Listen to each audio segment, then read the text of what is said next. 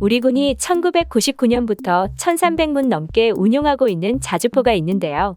이제는 한국의 국산 무기중 수출 시장에서 큰 효자 노릇을 하고 있는 주인공 K9 자주포입니다. 최근 이집트에 2조 원 규모의 수출 계약을 체결했다는 뉴스가 나왔는데요. 사실 K9 자주포가 지금까지 벌어들인 금액만 무려 하나로 7조 5천억 원이 넘습니다.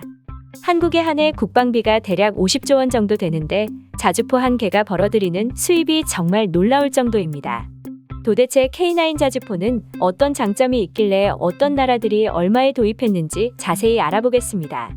정전국가인 대한민국은 그동안 꾸준히 무기를 자체 개발하였고 끊임없이 실전 배치에 운용하면서 그 시행착오를 보수, 개선하며 무기를 발전해왔습니다.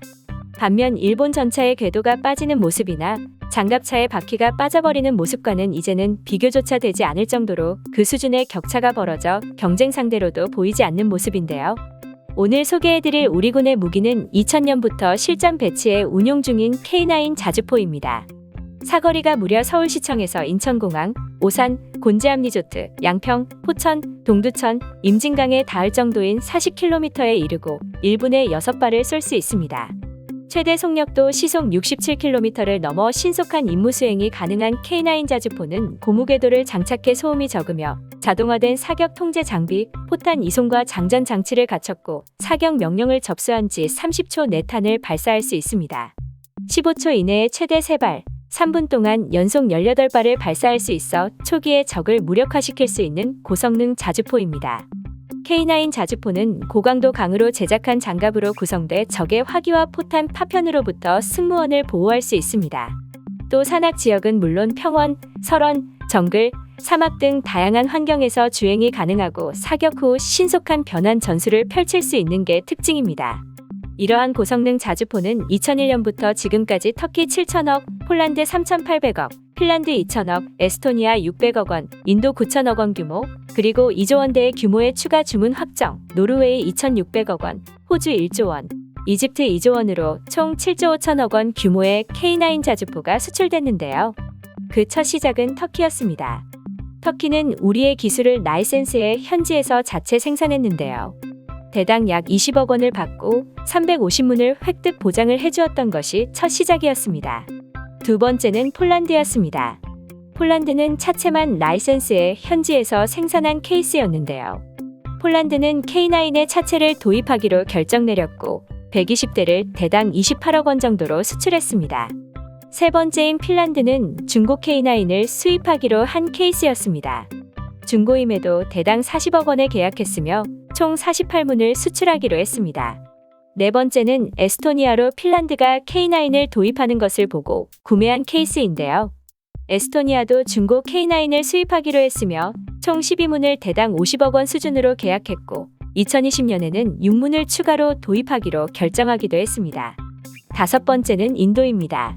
인도는 완제품을 현지 면허 생산하기로 한 케이스였으며 처음엔 총 100문을 대당 75억 원에 계약했으며 인도군의 육군에 추가적으로 필요한 K9의 숫자가 무려 252문에 달한다고 했습니다. 결국 2022년 K9을 추가로 200대를 주문했으며 인도에 총 300문의 K9이 운용될 예정인 것입니다. 여섯 번째는 노르웨이로 완제품을 한국에서 만들어 수출하는 첫 케이스로 K9 자주포 24문과 K10 탄약 보급 장갑차 6대가 하나의 패키지로 수출된 첫 사례였습니다. 수출 규모는 약 2,600억 원대였습니다. 일곱 번째는 호주로 완제품을 현지 생산하도록 한 계약이었으며 K9 30문과 K10 15량, 기타 지원 장비 등이 약 1조 원가량에 체결한 쾌거였으며 이 계약은 무려 11년이나 지속된 협상 끝에 이루어낸 일이었습니다. 여덟 번째는 이번에 체결된 이집트로 아프리카 국가 중 최초로 수출한 나라로 이름을 올렸으며 그 수출의 규모는 2조 원대로 그야말로 초대박을 친 계약이었습니다.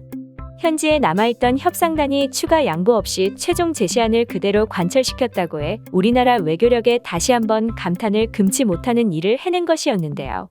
이번 이집트 계약 역시도 10년이나 끌어온 협상의 결실로 그야말로 이제야 슬슬 한국 기술이 제값을 받게 된 케이스가 아닐 수 없습니다. 그도 그럴 것이 생산과 수출의 방식이 나라마다 다르지만 첫 터키의 경우는 대당 약 20억 원에 거래되던 것이 현재는 그 금액의 10배 수준인 대당 200억 원대에 거래가 되고 있는 모습을 보이기 때문입니다. 또한 스톡홀름 국제평화연구소 자료를 보면 K9 자주포는 2000년부터 2017년까지 총 572문이 수출돼 세계 시장에서 절반 가까운 48%를 차지했습니다. 수출을 위해선 운용 실적 즉 트랙 레코드가 중요한데 20년 이상 한국군이 1300문 가까이 운용하며 노하우를 축적함으로써 신뢰를 주었던 것입니다. 이와 함께 K9 자주포가 세계 시장에서 잇따라 러브콜을 받는 건 철저한 현지화 전략을 사용했기 때문인데요. 하나디펜스는 K9 자주포 수출을 위해 상대국이 필요로 하는 부품과 기술을 선택적으로 지원하며 브랜드명을 선정할 때도 수출 대상 국가의 문화와 언어를 고려하는 등 맞춤형 마케팅을 펼치고 있습니다. 그 이름을 살펴보면 터키는 프르트나로 폭풍, 폴란드는 크랩으로 단단한 껍질을 가진 게, 핀란드는 모카리로 양손망치, 인도는 바르자로 천둥이나 금강저라는 뜻을 가지고 있으며 노르웨이는 비다르로 북유럽 신화의 신 비다르, 호주는 헌츠맨으로 덩치가 큰 검이라는 뜻을 가지고 있습니다.